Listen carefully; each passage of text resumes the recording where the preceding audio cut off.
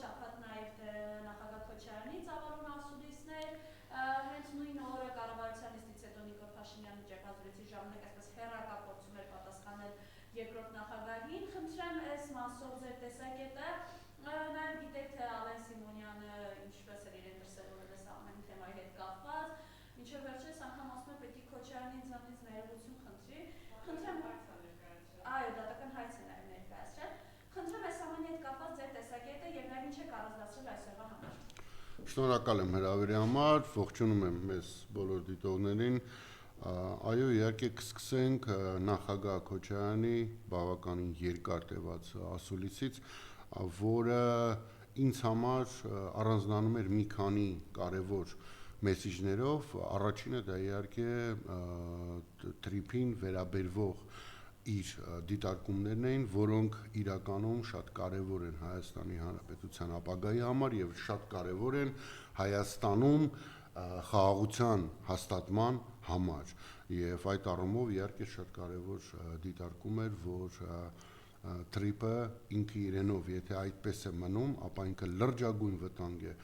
մեր անվտանգությանը, Հայաստանի Հանրապետության անվտանգությանը եւ այդ վտանգի չեզոքացման կամ մինիմալի հասցնելու ճանապարհներից մեկը դա Ռուսաստանին կամ Չինաստանին այդ ծրագրում ընդգրկումն է։ Ի վերջո մենք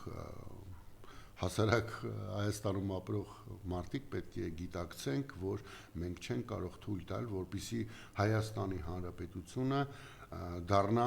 ոսկոր տարածաշրջանի երկրների համար իրենց կոկորթում մնացած եւ խանգարող։ Հիմա եկեք հասկանանք, որ այդ տրիպ կոչված իրականում միջանցքը լրջագույն խնդիրներ է առաջացնում թե Իրանի Իսլամական Հանրապետության համար եւ թե նաեւ նույն Չինաստանի համար, որը կարծես թե պետք է լինի այդ ճանապարհի շահառուներից մեկը, բայց վերահսկողությունը գրեթե ամբողջությամբ փոխանցվում է ԱՄՆ-ի, որտեղ մենք արդեն գիտենք, որ 74%-ը այդ ստեղծվող կամ ստեղծվելիք կազմակերպության պատկանելու է ԱՄՆ-ին եւ ընդ որում չի բացառում, որ ԱՄՆ-ն ինչ որ պահի այդ իր իրավունքը կամ տրամադրի այլ երկրի ինչ որ ձեռնարկության կամ ընդհանրապես այլ ինչ որ բիզնեսի։ Սա էլ բացառել մենք չենք կարող։ Հիմա այդ իրականության մեջ նախագահ Քոչարյանի արած առաջարկը միանշանակ ողջունելի է եւ միանշանակ ընդունելի է, քանի որ կրկին առաջարկի հիմքում դրած է պարզ հաշվարկ,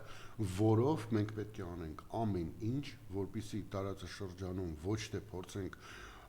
մեզ շրջապատող երկրները ավելի ագրեսիվացնել կամ կանաչ ճանապարհ իրենց համար բացել հարձակման համար, այլ հակառակը զսպենք իրենց ախորժակները եւ այդ զսպման մեխանիզմներից մեկը նաեւ անվտանգությունն է։ Այդ անվտանգության մեխանիզմներից մեկը դա նաեւ նույն ՀԱՊԿ-ն է, որի անդամ ենք մենք, որի հետ իհարկե եղել են խնդիրներ, բայց պետք է այդ խնդիրների վրա այս բան ոչ թե աչք փակել, այլ փորձել լուծել բոլոր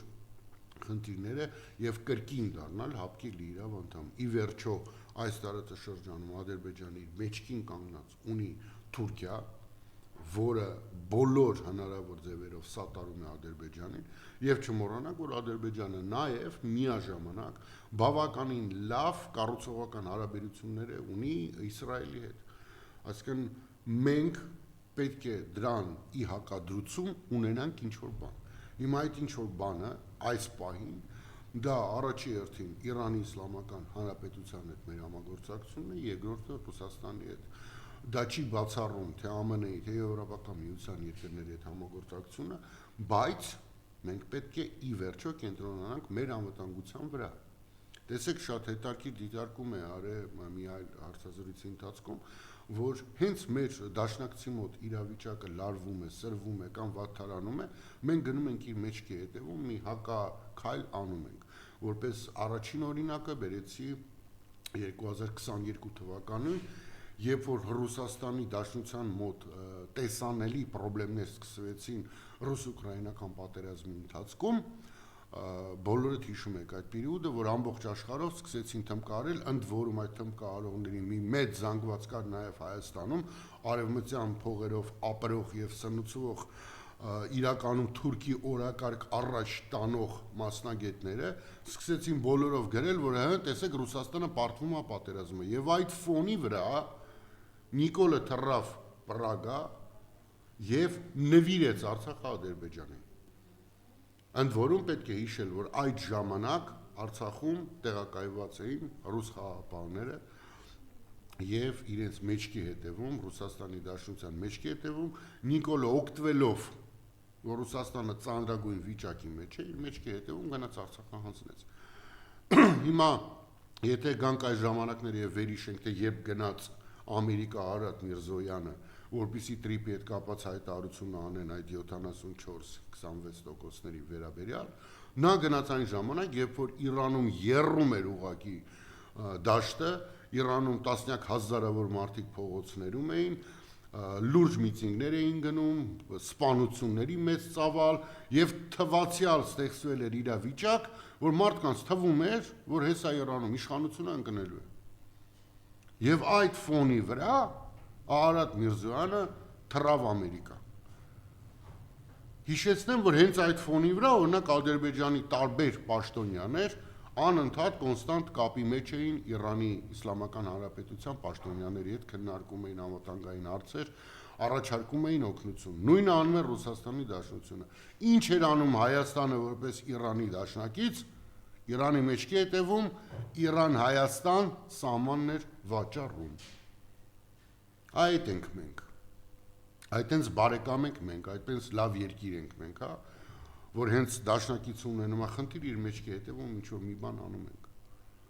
Եվ եթե ձեզ թվում է, որ Իրանում իշխանությունը փոխվելու դեպքում կամ նույն Ռուսաստանում իշխանությունը փոխվելու դեպքում ձեզ ավելի լավ է լինելու, դուք չարաչար սխալվում եք, որտեվ այդ երկրների համար դու դառնում ես անարժանահավատ պարտներ։ Քեզ չեմ վստահում, տենում են, որ դու հետևից, մեջքից խփող ես։ Եվ անկախ նրանից իշխանությունը այդ երկրներում փոխվում է թե ոչ, ընկալումը քո հանդեպ մնում է նույնը։ Ասում են, որ ախպերես հայերը մեզ քաշել են ամենապատվավոր, ամենակարևոր պահին։ Այդ դա պետք է մենք հասկանանք։ Դա շատ կարևոր խնդիր է։ Նախագահ Քոչարյանը դեռևս չհաստատեց, որ նախընտրական ցուցակում առաջի համարը լինելու է ինքը, դա ըստ իրեն նա անելու է, երբ որ արդեն ունենանք սոցիոլոգիական հարցումների վերջնական տվյալները։ Ես անձնապես կարծում եմ, որ մեզ զարմացնող ոչ մի բան չենք տեսնելու եւ կարծում եմ, որ այդ առաջի համար հենց նախագահ Քոչարյանն է լինելու։ Ասեմ ավելին, ես չեմ տեսնում այլ մարդ, ով կարող է այս ծանրագույն իրավիճակում բալանսավորել Հայաստանի վիճակը միջազգային ասպարեզում եւ վերականգնել Հայաստանի երբեմնի համբավը լավ պարտներ լինելու։ Սա շատ կարևոր է, շատ կարևոր է։ Եթե մարդկանց թվում է, որ Հայաստանում միայն տնտեսական խնդիրներ կան, ապա դուք չարաչար սխալվում եք։ Հավատացեք, տնտեսական խնդիրները շատ ավելի հեշտ լուծվող են կամ քաղաքականները։ Քաղաքական այն խնդիրներն են, որոնք դուք այսօր ձեր վրա չեք զգում, բայց Աստված մի առասցե զգաք։ Քաղաքական խնդիրները այն խնդիրներն են, որոնք Արցախում արկա էին։ Եվ տեսակ ինչին բերեցին։ Նույն տիպի քաղաքական խնդիրներ այսօր մենք ունենք Հայաստանում։ Նույն տիպի։ Մենք գոյաբանական վտանգի առջև ենք կանգնած, որովհետև մեր հանդեպ թշնամաբար տրամադրված երկու պետություն, նրանք են Թուրքիան եւ Ադրբեջանը, չնայած տարբեր միջազգային հարթակներում խոսում են Հայաստանի հետ խաղաղության մասին, բայց նույն ժամանակ նույն Ադրբեջանը պետական ֆինանսավորմամբ գրեթե բոլոր հնարավոր միջազգային հարթակներում խոսում է այսպես կոչված արևմտյան Ադրբեջանի մասին, որը նկատի ունի հենց Հայաստանի Հանրապետությունը եւ խոսում է թվով մոտ 300,000 ադրբեջանցիների վերադարձի մասին, ըստ իրենց պատմական հողերը։ Ասեմ ավելին, Ադրբեջանը պետական մակարդակի վրա խոսում է Սևանա լճի մասին, որտեղ Ադրբեջանում կա ջրային ռեսուրսների լուրջ խնդիր։ Հիմա այդ ամենի մեջ մենք պետք է հասկանանք, որ երկու process է գնում։ Մի process-ում հայ ժողովրդին կներեք բառի համար կուտ է տրվում, որ ամեն ինչ լավ է, որ խաղաղություն է, մյուս կողմից միջազգային լրջագույն տեղերում տարվում է այլ գիծ, զավթողական գիծ, Հայաստանը ամբողջությամբ զավթելու գիծ։ Եվ մի քանի ամսից հետո սպասվող ընտրությունները հենց դրա մասին է լինելու։ Մի շատ հետաքրքիր բան նախագահ Քոչարյանը նաև նշեց, որ նախագահությունից հետո նա աշխատել է Ռուսաստանի Դաշնության խոշորագույն ինվեստիցիոն ընկերություններից մեկում որպես անկախ տնօրեն եւ ձեռք է բերվել անգնահատելի փորձ։ Ու իհարկե հասկանալի է, որ սա վիճարկման ենթակա թեմա չէ, որ նախագահ Քոչարյանը այսօրվա Հայաստանի քաղաքական դաշտում միակ մարդն է, որը ունի նման փորձ, թե երկիրը կառավարելու ռազմական իրավիճակի ժամանակ, լինելով Արցախի հանրապետության նախագահ, թե երկիրը կառավարելու տնտեսական բարդագույն իրավիճակից դուրս հանելու ժամանակ, դա արդեն Հայաստանի նախագահի պաշտոնը զբաղեցնելուց հետո, եւ թե իհարկե խոշորագույն ընկերությունում աշխատելու փորձ, որը կրկին շատ կարևոր է տնտեսական զարգացման տեսանկյունից երկրի։ Կասկած չունեմ, որ նախագահ Քոչարյանը ներկայացնելու է իր տեսլականը Հայաստանի Հանրապետության ապակազարգացման եւ կասկած չունեմ, որ այն լինելու է իրատեսական։ Ես միշտ իմ բոլոր շփումներում ասում եմ շատ կարճ հետեւյալ բառերը. նախագահ Քոչարյանը ինչ խոստանա, դա էլ անելու է։ Պակաս հաստատ չի անի, ավելը շատ հնարավոր է, ինչպես եւ արել է անցած իր կառավարման ընթացքում, երբ որ պետական ծրագրով հաստատվում էին բաներ, բայց իրականում արվում էր շատ ավելի։ Այս սա մեր ժողովուրդը պետք է հասկանա եւ իրենց ընտրությունը կատարի համաձայն այդ որոշման։ Որոշումը շատ պարզ է լինելու, դուք հայ եք ուզում մնալ եւ ապրել Հայաստանում, թե ուզում եք քիչ-քիչ դառնալ Թուրքիայի մի մաս։ Ընդ որում ինչ եմ ասում քիչ-քիչ, որովհետեւ որ պահին Նիկոլը մերժի ցանկացած պարտադրանք, որի վրա դրվում է Թուրքիայի եւ Ադրբեջանի կողմից, այդ նույն օրը Հայաստանի վրա լինելու է հարձակում։ Եվ իմ մեջ միշտ հարց է, որն է այն գիծը, որում Նիկոլը կասի, դե ես չեմ կարող անեմ եւ հարձակումը կսկսի, որտեվ ընդհանուր առմամբ Նիկոլը արդեն ամեն ինչի համաձայնվել է։ Ձեզ հարցվեք, ինչի վերջի 1 տարվա ընթացքում սահմանազատման աշխատանքները կանգնեցված են։ Հանձնաժողովները հանդիպում են, բայց ոչ մի բան չի սահմանազատվում։ Ինձ համար շատ պարզ է։ Չեն անում, որովհետև ակնհայտ է, որ ցանկացած տեղ, որտեղ սրանք սահմանազատում անեն, Ադրբեջանին տարածք են տալու, որտեղ Ադրբեջանը տենց է ուզում։ Եվ քանի այս իշխանությունը կա, մենք լինելու ենք այդ կներեք բառամը լուզերի կարգավիճակում, որ անընդհատ պետք է պարտվենք։ Եվ անընդհատ պետք է ժողովրդին Նիկոլը վախեցին դրանով, դե մենք թույլ ենք,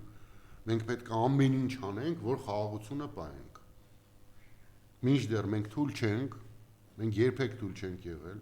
մենք թույլ ենք ձեզանով, Նիկոլ։ Բայց մենք տեսանք, չէ, այս հայտարարության այդ Աբու Դաբիին կուզեմ անդրադառնանք բանի ֆոնին, անմիջապես նույն օրը սմա հազատազրկման դատապարտվեցին մեր հայրենակիցները Բաքվի Դոնտեի։ Այո, դա ես առանձնացրել եմ, որ խոսամ անպայման, տեսեք, Աբու Դաբիում մի կողմից ամբողջ աշխարհով ցուցադրվեց մի պատկեր, որտեղ Ադրբեջանը եւ Հայաստանը արժանանում են խաղաղության մրցանակի, Հայաստանը եւ Ադրբեջանի ղեկավարները, մի կողմ դնենք, որ երկուսն էլ արժանի չեն այդ մրցանակին, մի կողմ դնենք, որ ոնց կարող է Ալիևը ստանալ նման մրցանակ, երբ որ 120,000 արցախցի ուղղակի բռնի տեղահանվել են իրենց պատմական հողերից, իրենց հայրենիքից։ Սա փաստ է, չէ՞։ Բայց շատ ավելի ցավալի էր, շատ ավելի նողկալի էր, շատ ավելի զզվելի էր տեսնել մյուս օրը, որ ի ցուցադրումն այդ խաղաղության փակագծերի մեջ Բաքվում շինծու դատական գործում գրեթե բոլորը դատապարտվեցին ցմահ ազատազրկման։ Խոսքը գնում է Արցախի հանրապետության ռազմաքաղաքական ղեկավարության եւ այլ անձանց մասին։ Սա ուղղակի խայտառակություն է։ Այդ ֆոնի վրա դուք ունեք այսօր Հայաստանում ղեկավար,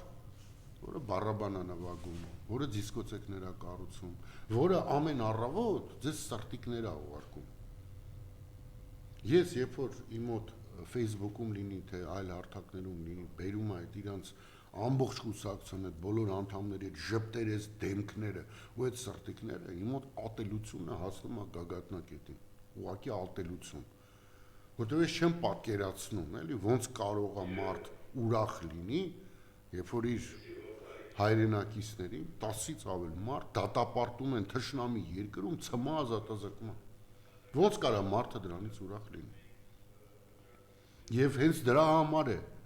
որ կրկին քաղաքական դաշտում կա առաջարկ։ Ես լինելով նախագահ Քոչարյանի համակիր, պարզա կոչով դիմելու եմ, երբ որ գա ժամանակը, որպեսզի ընտրեն իրեն։ Բայց դա ոչ թե ինքնանպատակ է, այլ ես կրկին բացատրում եմ, որ նախագահ Քոչարյանը եզակի անձնավորությունն է այս երկրում, որը կարող է թե իր անցած ճանապարհի շնորհիվ, թե իր ունեցած կապերի շնորհիվ, եւ թե իր ընդհանրապես մարդ էակի իր հատկանիշներով մեզ հանել այս ծանր իրավիճակից։ Բաներ կան, որ դուք մոռացել եք։ Օրինակի համար իշխանական падգամավորները եւ իշխանական նաեւ այլ բլոգերներ բաներ նախագահ Քոչարյանին անընդհատ փորձում են մեր ժողովրդի մեջ ներկայացնել որպես ինքը ռուսերի համար է ամեն ինչ անում։ Հիմա նախ առաջի հարցը, որ ծագում է իմ մոտ, իսկ ավելի լավ է ռուսերի համար անես, թե թուրքերի ձերպես։ Դա առաջի հարց։ Բայց երկրորդը, իսկ ի՞նչն է արել ռուսերի համար։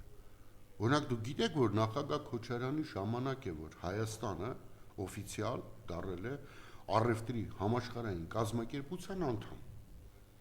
Ոնց նախագահ Քոչարյանի ղեկավարման ժամանակ, ընդ որում ձեզ մի փոքր գաղտնիք բացեմ, ինքս մասնակից եմ եղել այդ process-ին, որտեղ այդ տարիներին աշխատել եմ առևտրի եւ տնտեսական զարգացման նախարարությունում, որի նախարարն էր այդ ժամանակ Կարեն Ճշմարիտյանը, եւ շատ փոքր քանակով մարդկանց, սուտ չասեմ, 7-8 հոգով օր ու գիշեր մի քանի տարի զբաղվել ենք Հայաստանի առևտրի համաշխարհային կազմակերպության անդամակցությունով եւ դա տեղի է ունեցել հենց նախագահ Քոչարյանի ժամանակ։ Նախագահ Քոչարյանի ժամանակ մենք կարողացել ենք Եվրոպական միության առևտրի իրենց համակարգում ստանալ GSP համակարգից օգտվելու իրավունքը, Generalized System of Preferences։ Դա Հայաստանից արտահանվող ապրանքատեսակների համար նախընտրելի մաքսատուրքերի սահմանման process էր, այսինքն դրանով Հայաստանից արտահանվող ապրանքները ավելի բարենպաստ արտահանման պայմաններ ստացան դեպի Եվրոպական միություն։ Դա եւս սկսվել է նախագահ Քոչարյանի օրոք։ Նախագահ Քոչարյանի օրոք աննորմալ մեծ աշխատանք է արվել փոքր եւ միջին բիզնեսի զարգացման համար։ Կարծում եմ այդ ոլորտում աշխատողները դա պետք է բոլորը հիշեն։ Նախագահ Քոչարյանի ժամանակ է, որ հարկայինը սկսեց ճիշտ աշխատել։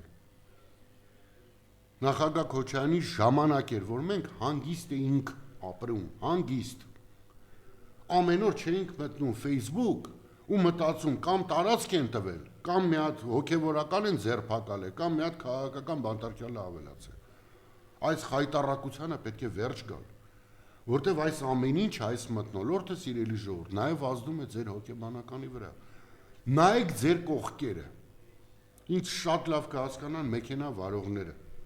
մեր հասարակությունը, կներեք բառի համար, գազազացած է, մեր հասարակությունը կատաղած է, ու եթե ամեն մեկին առանձին հարցնես, ինչ է երեխես, հենց կատաղած չեն կարողանալու պատասխանել, իսկ պատասխանը շատ պարզ է, այս իշխանության բոլոր քայլերը իրար հետ համադրության մեջ, բոլորինից ուղղակի ցնցումի է ենթարկում։ Եվ մենք մեզանից անկախ մեքենա վարելիս, ցանկացած այլ իրավիճակում քեֆի լինենք, հարսանիքին կատաղած նստած ենք։ Ու չենք հասկանում, ո՞նց ենք կատաղած։ Իսկ այդ ամեն ինչը նրանից է, որ մեր ուղեղը սաղորը փորձում են լցնել անիմաստ սխալ տեղեկություններով եւ իհարկե այդ ամեն ինչի վրա ազդում է թե հայ առաքելական եկեղեցու վրա հարձակումը եւ քաղաքական հետապնդումները տարբեր մարդկանց հանդեպ։ Եվ միգուցե նաև մեր որոշ շապով անճարություն այս ամեն ինչի դեմ առնելու։ Այս ամեն ինչը պրոբլեմ է։ Հիմա տեսեք, Ալեն Սիմոնյանը գնացել է Ռուսաստան։ Մի այլ հարց է, որ դիվանագիտական լեզվով այն ինչ որ ես տեսա Ռուսաստանում, դա ակնհայտ վերաբերմունք էր իր հանդեպ Ալենի եւ Նիկոլի, եւ այն հարցերը, որը բարձրացնում է Ռուսաստանի Դաշնության արտաքին գործերի նախարարը եւ իրենց պետդումայի ղեկավարը, ակնհայտորեն երևում էր, որ հայ-ռուսական հարաբերություններում կա լրջագույն խզում, կան լրջագույն խնդիրներ եւ ամենը շատ կարևոր է, կա անվստահություն։ Սա շատ վտանգավոր է մեզ համար, շատ վտանգավոր է։ Հիմա տեսեք, այցի ընթացքում Ալեն Սիմոնյանը հանդիպել է նաև Ռոսատոմի ղեկավարի հետ։ Ես ինանդու այսօր փորձեցի պետական լրատվամիջոցներից հասկանամ իսկ այդ հանդիպման մասին ինչ է գրված։ Ասեմ ձեզ, գրված է կծկտուր, շատ կծկտուր ինֆորմացիա, որ Ալեն Սիմոնյանը հանդիպել է Ռոսատոմի ղեկավարության հետ, քննարկել են երկկողմանի հետաքրքրություն հանդիսացող հարցերի քննարկումներ են ունեցել։ Մինչդեռ, եթե ռուսական լրատվամիջոցներից ինֆորմացիա ենք հաղում, ապա իմանում ենք, որ Ռոսատոմի ղեկավարը քննարկել է նաև Հայաստանի հետ համագործակցությունը Հայաստանում փոքր, միջին եւ մեծ ատոմակայանների կառուցման ոլորտում։ Հիմա ինչու է այս պահը թաքցվում հասարակությունից, ինչու դա որպես ուրախալի բան չի ներկայացում հասարակությանը, ասեմ ձեզ, որտեվ ԱՄՆ փոխնախագահի այցի ընթացքում մեծ հավանականությամբ քննարկվելու է այդ փոքր ատոմակայանների կառուցման ծրագիրը եւ պարզե դա ներկայացվելու է, որպես տեսեք ինչ մեծ բան են անում, հեսա փոքր ատոմակայան են կառուցելու, որը հավաստիացնում եմ ձեզ, երբեք չի էլ կառուցվելու, բայց որի շղարշի ներքո փակվելու է մեր ատոմակայանը։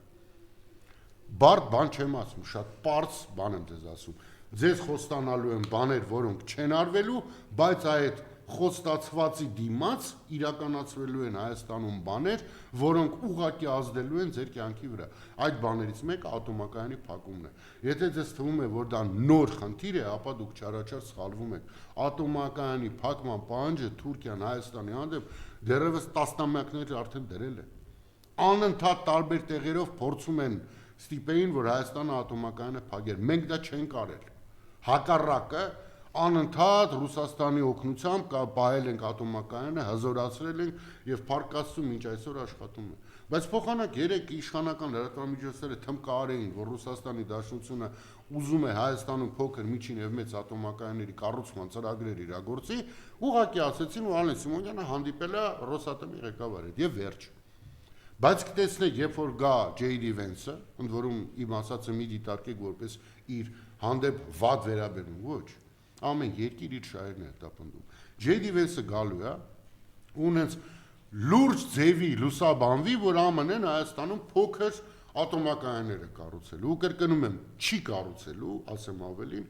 այդ խոստումը վերածվելու ատոմակայանի փակման եւ մեր սիրելի ժողովուրդը նստելու է տանը սպասի թե երբ են ամերիկացիները փոքր ատոմակայան սարքելու։ Էտա որ մենք պետք է հասկանանք, որ իրականության մեջ մեծ կտեր տալով եւ այդ կտերը գալիս են տարբեր տեղերից, թե Ադրբեջանից, թե Թուրքիայից, թե ԱՄՆ-ից, թե Մեծ Բրիտանիայից, թե Եվրոպական միությունից, այդ կտերի ներքո մենք կորցնում ենք մեր երկիրը։ Ի վերջո այդ կտերի ներքո մենք նույնիսկ չենք հասել նրան, որ Ադրբեջանը օֆիցիալ ճանաչի Հայաստանի տարածքային ամբողջականությունը, նշելով կոնկրետ քանի հազար կիլոմետրն է ի վերջո իր համար Հայաստանի տարածքը։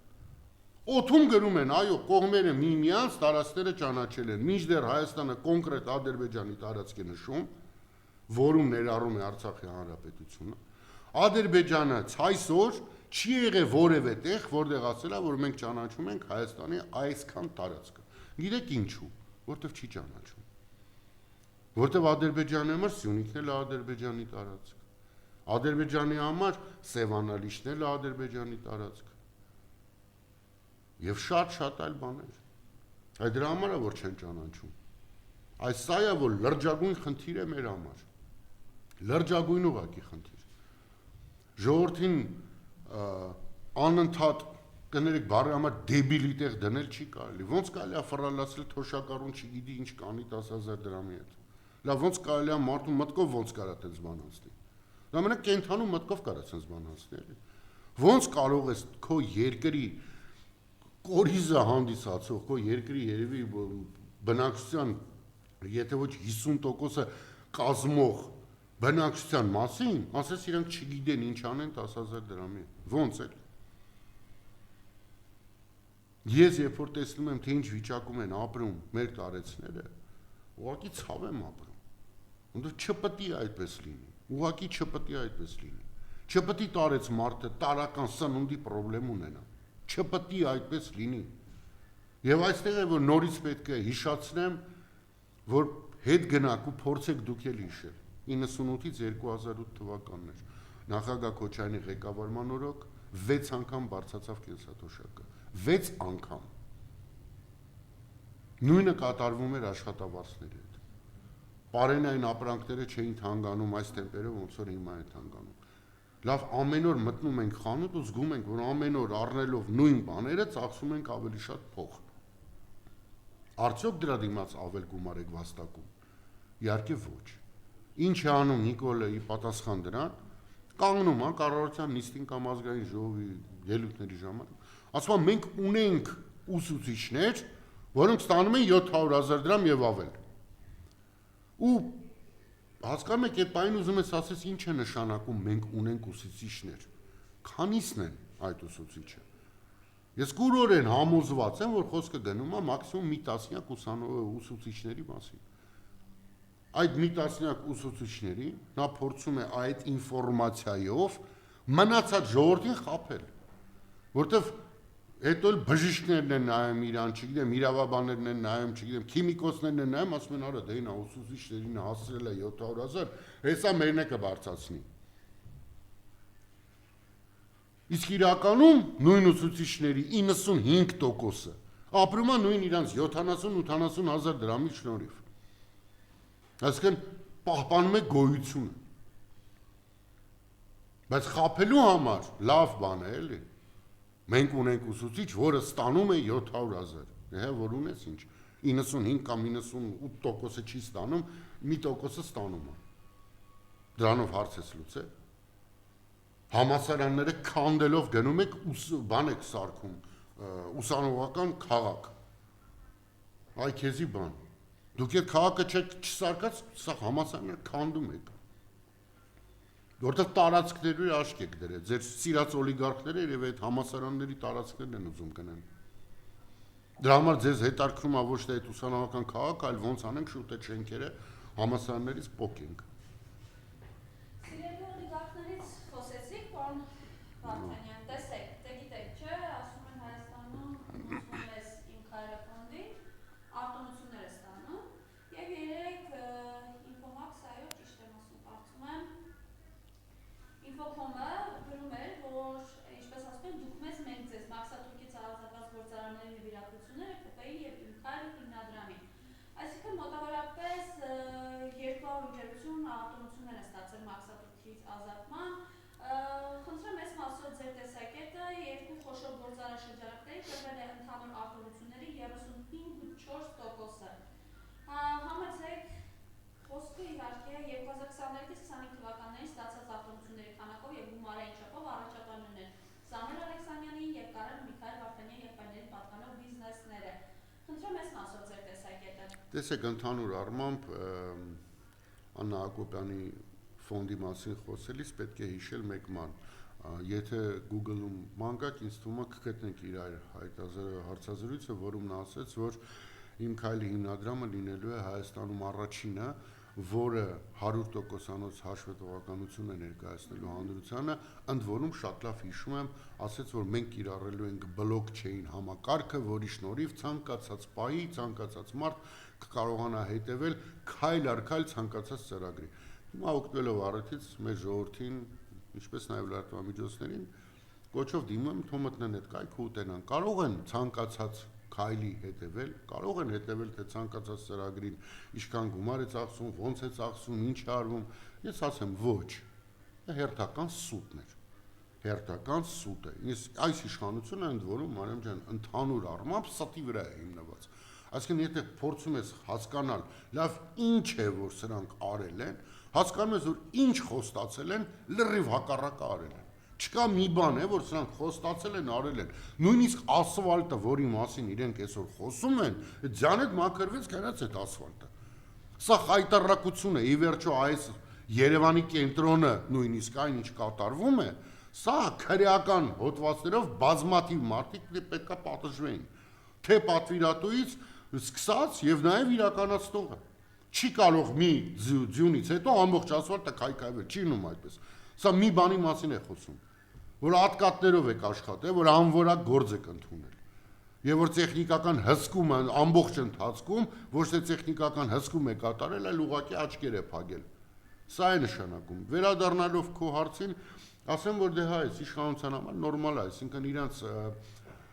իշխանության աշխատելու երևի մեխանիզմը հետևյալն է. դու մեզ, մենք քեզ։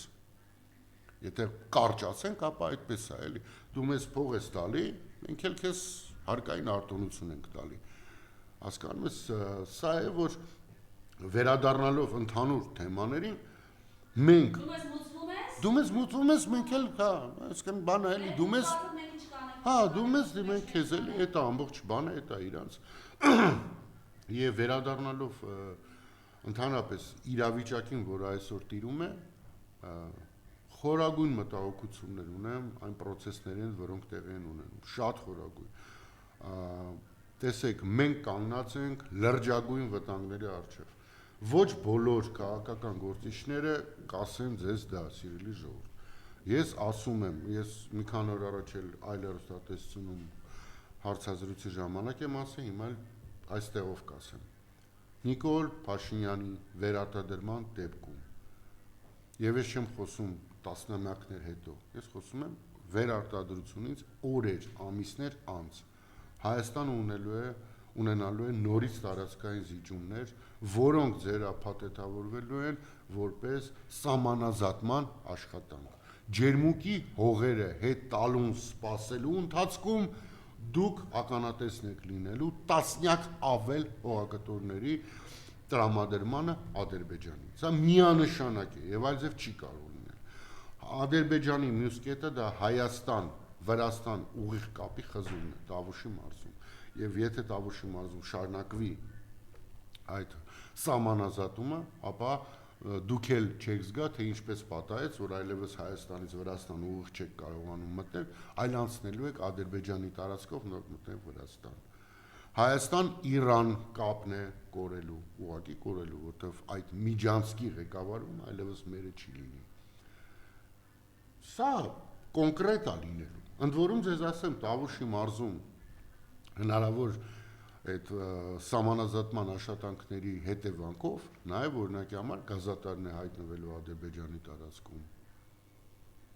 Սա պետք է բոլորը հասկանան։ Դրա համար են ձեզ հիմա կերակրում, որ տեսեք, Ադրբեջանից բենզին ենք ստանում,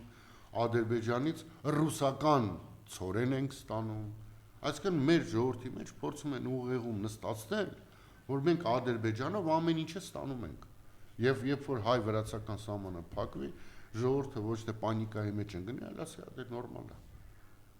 Բայց իմացեք, ոչ մի նորմալ բան չի լինելու։ Մեզ քիչ-քիչ օղակն են գցում։ Մեզ քիչ-քիչ օղակն են գցում։ Մեր հնարավորությունները քիչ-քիչ սահմանափակում են։ Գալու է մի պահ, երբ որ մենք այստեղից ցանկացած բան արտահանելու համար Ադրբեջանից ենք թույլտվություն ուզելու։ Գալու է մի պահ, երբ որ Հայաստանի Հանրապետության քաղաքացիների 80%-ը երազելու է Հայաստանը լքելու մասին, եթե այս իշխանությունը վերարտադրվի։ Ես տեսնում եմ բոլոր նախադրյալները, ես տեսնում եմ իրոք ինչպես նախագահ Քոչարյանն ասաց, շատ պարարտ հող է ստեղծվել այս իշխանապողության համար, որովհետև 21 թվականի եւ 26 թվականի մեջ կան լրջագույն տարբերություններ։ Իրոք լրջագույն տարբերություններ կան։ Մեր ժողովուրդը այսօր շատ ավելի բաց աչքերով է տեսնում, թե ինչ են խոստացել, ինչ են բերել։ Ձեզ անընդհատ ասում են վերջի այս ժամանակում նախագահ կներեք Նիկոլի падգամավորները գրեթե բոլորը նախ շատ ակտիվացել են սոցիալական հարթակներում, բայց օգտագործում են մի հատ այսպիսի արտահայտություն։ Հայ ժողովուրդը պետք է ընտրի խաղաղության եւ պատերազմի միջև։ Գիտեք, շատ հետաքրքիր է, որ Նիկոլի թիմում գերակշիռ մասը մարդկանց ունեն լևոնական արմատներ։ Նույնիսկ Լևոն Տեր-Պետրոսյանի թիմի կարկառուն ներկայացուցիչներից մեկի որդին, հա, այն բանը Ռուբեն Կարապետ Ռուբինյանը, թե ինչ որ տես բաներ էլի, ազգային ժողովի փոխնախագահ չեմ հիշում անունը, Կարապետ Ռուբինյանը, չէ, անունը չեմ հիշում մի խոսքով։ Նրանք բոլորը այդ падգամավորներով խոսում են դրա մասին, որ հայ ժողովուրդը պետք է ընտրի խաղաղության եւ պատերազմի միջև։ Հիմա մի բան, որ մտքից միանգամից գալիս է, դա առաջին նախագահի հրաժարականի տեքստն է եւ իր ուղերձը ժողովրդին, երբ որ նա ասաց, որ խաղաղության կուսակցությունը գնում է, իշխանության է գալի պատերազմի կուսակցությունը։ Հիմա մի հատ հարց հացակում էլի, բայց պատերազմի կուսակցությունը իդեմս այն ժամանակ ընտրվեց նախագահ Քոչարյանը, չէ՞ երկրի նախագահ։ Բա պատերազմական կուսակցությունը եկավ իշխանության եւ 10 տարի անընդմեջ Հայաստանը ունեցավ ամենախաղաղ տարիները, տնտեսապես ամենազարգվածության տարիները, հա, այդ էր պատերազմի կուսակցությունը, բա պետք է երազենք ուրեմն այդպես պատերազմի կուսակցության մասին։ Այդ են պատերազմի կուսակցություններ, որի ժամանակ Ադրբեջանը վախում էր որևէ տեսակի հարձակում գործել Հայաստանի վրա։ Այդ են պատերազմի կուսակցություններ, որի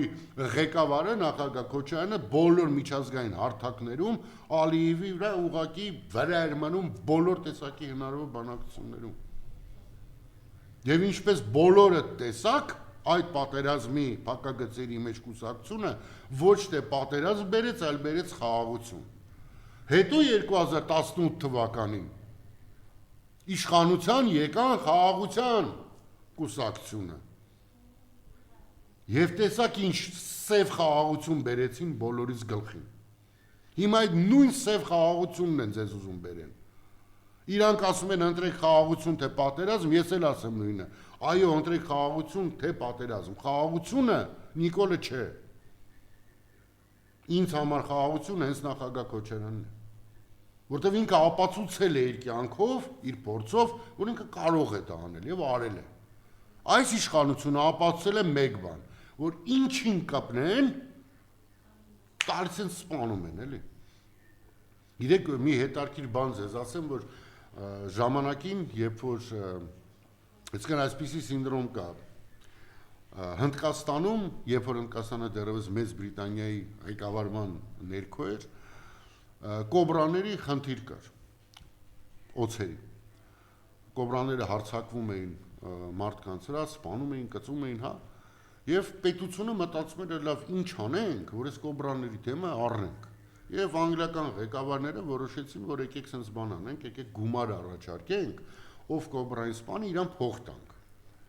Հիմա հնդիկներն են երկար չմտածելով, ասացին, դե քանի որ փող են տալի, եկեք բոլորովս այդ բանին օձերին աճացնենք ու վաճառենք։ Ու երբ որ կառավարիչը հասկացավ, որ ախպերս յանապի օձերի դեմ առնենք, բայց շատ են սկսել այդ օձերին բերել, այդքան փող չեն կարա տանք, որոշեցին կանգնեցնեն ծրագիրը։ Եվ երբ որ ծրագիրը կանգնացրեցին, այլևս կոբրաների վաճառքը ոնց որ չէր ստացվում, որտեղ առնող չկար։ Բոլոր այդ կոբրաններին աճացողները ուղղակի թողեցին այդ օձերին։ Եվ իրավիճակը շատ ավելի վատացավ Հնդկաստանում, որովհետև հայտնվեցին տասնյակ հազարավոր, 100,000-ավոր կոբրաներ։ Հիմա այս Նիկոլը այն նույն բանն է անում, սրանք ինչին կպնում են յանամ լուծելու համար վարի են տալի։ Ընդ որում ասեմ, քաղաքագիտության մեջ այդ տերմինը կա, կոչվում է կոբրայի էֆեկտ։ Եվ հենց այդ է նկարագրված որպես կոբրայի էֆեկտ, որ կամ պետություն, որը փորձում է լուծել հարց կամ թվացial փորձում է լուծել, բայց իրականում ստանում է շատ ավելի վատ արդյունք։ Հիմա Նիկոլենք որևէ հարց, որը փորձել են լուծել, ունեցել է այդ կոբրայի էֆեկտը։ Սրանք ինչի դեմ պայքարել են, շատացել է։ Սրանք խաղաղամոլության դեմ սկզբում խոսում էին, պայքարում ենք, բան, ընդ որում հիմա կարող ենք փաստել, չէ՞, որ ազգովի խաղամոլ են դառել։ Սրանք խոսում էին թմրանյութի դեմ պայքարի մասին։ Խայտարակ մասշտաբի է ասել թմրանյութի վաճառքը Հայաստանում, խայտարակ։ Չի եղել ուղղակի նման բան, թմրանյութերը դպրոց են մտել։ Խաղամոլությունը բանակ է մտել։ Ու սրանք խոսում են այդ հարցերը լուծելու մասին։ Սրանք ուղղակի սերիական մարդասպաններ են։ Սրանք եկել են ստե, հարստանալու եւ Հայաստանի Հանրապետությունը լուծարելու համար։ Մի հանրապետությունը լուծարել են, հիմա աշխատում են երկրորդի լուծարման վրա եւ իրենց ձեռքը կարող է բռնել միայն այն ժողովուրդը։ Մի սպասեք, որ դրսից ինչ որ մեկը սրանց ձեռը բռնելու է։ Ոչ, ծափերով դիմավորելու են, ծափերով է ճամփու դնեն, ուր էլ գնան։ Մենք միայն կարող ենք այս ամեն ինչը կանգնեցնել եւ կանգնեցնելու ձևը հստակ է։ Ընտրությունների ճիշտ ընտրություն կատարելը։ Անպայման գնալ ընտրությունների, անպայման, առանց դրա ուղղակի չի ստացվի։ Յուրաքանչյուր ձայն շատ կարևոր է, յուրաքանչյուր քվե շատ կարևոր է, շատ կարևոր է։ Մենք պետք է որոշենք մեր ապագան։ Մենք պետք է որոշենք, մենք ի վերջո խաղաղության ու տնտեսական զարգացության մեջ ենք ուզում ապրել, ապահով ենք ուզում ապրել, թե մենք ուզում ենք արտագաղթել։ Այդ որոշումը պետք է կայացնենք։ Տեսնելով թե սա ոնց է հարձակվում հայրաքելական եկեղեցու վրա, դուք մի պահ կասկածում եք, որ ձեր վրա չեն հարձակվելու։ Այս մարդիկ կարմիր որևէ տեսակի գիծ չունեն։ Այս մարդիկ որևէ սրբություն չունեն։ Մի մարդ, ով սրբազան հայրերի է կալանավորում, դուք կասկած ունեք, որ ձեզ չի կալանավորելու, հասնելու է նաև դրան։ Ռեպրեսիաների խայտառակ ալիքը Հայաստանում տեղ ունենում։ Իրավապահ համակարգը վերածվել է ուղղակի Նիկոլին սպասարկելու համակարգի։ Մեկ անձի շուրջ է ֆռում ամեն ինչ այս երկրում։ Նախարարություններում,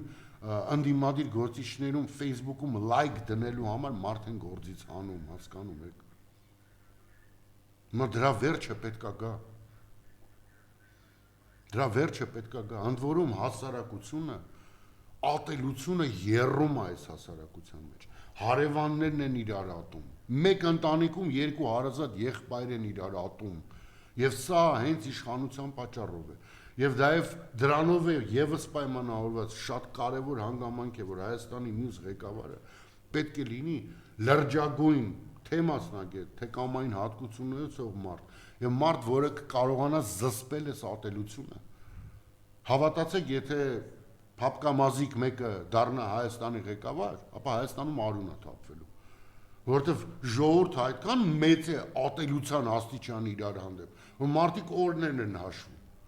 Պետք է գա այնքան հզոր մարդ, որը կարողանա զսպել այդ ամեն ինչը,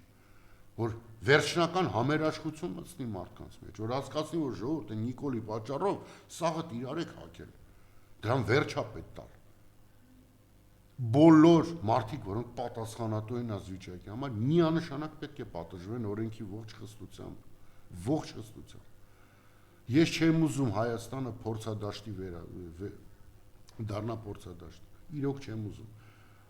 Շատ երիտասարդ լավ ապագա ունեցող դեմքեր ունենք, շատ, բայց ես երիտասարդներից վախում եմ, ես երկրի ղեկավարում այս բանին որևէ երիտասարդի չէի վստահի։ Ցավոք սրտի մենք այն վիճակում չենք, որ անփորձ մարդիկ ղեկավարեն Հայաստանի Հանրապետությունը։ Այդ անփորձների ղեկավարման հետևանքը մենք այսօր տեսնում ենք։ Դավաճանների եւ անփորձների իհարկե։ Հիմա անպայման չէ, որ անփորձը դավաճան լինի։ Հիմա պատկերացրեք, որ անփորձ մարդ է դառնում Հայաստանի ղեկավար եւ այս բոլոր խնդիրների մեջ շատ հնարավոր է ձախողի։ Դրա համար մենք չունենք ցավոք սրտի այլ ընտրություն կամ անել ճիշտ ընտրություն։ Բերել իշխանության այն մարդուն, որը կարող է եւ իզորու է թե հանգստացնել մեր հասարակության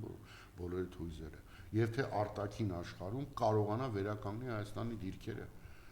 Անի այնպես, որ Ադրբեջանի մտքով նույնիսկ չանցնի Հայաստանի վրա հարձակվելու կամ Հայաստանից նոր տարածքներ պահանջելու։ Սիրիժորդ, ես իրոք կասկած չունեմ, որ մենք իզորու ենք հաղթահարել այս ամեն ինչը, բայց դրա համար պետք է մոտակա 4 ամիսը բոլորս աշխատենք, բոլորս, ես իմ տեղում, դուք ձեր տեղում, շփվեք մարդկանց հետ, բացատրեք իրականությունը, հասկացրեք, որ Նիկոլի խաղաղությունը խաղաղություն չէ, արյունահոսություն է։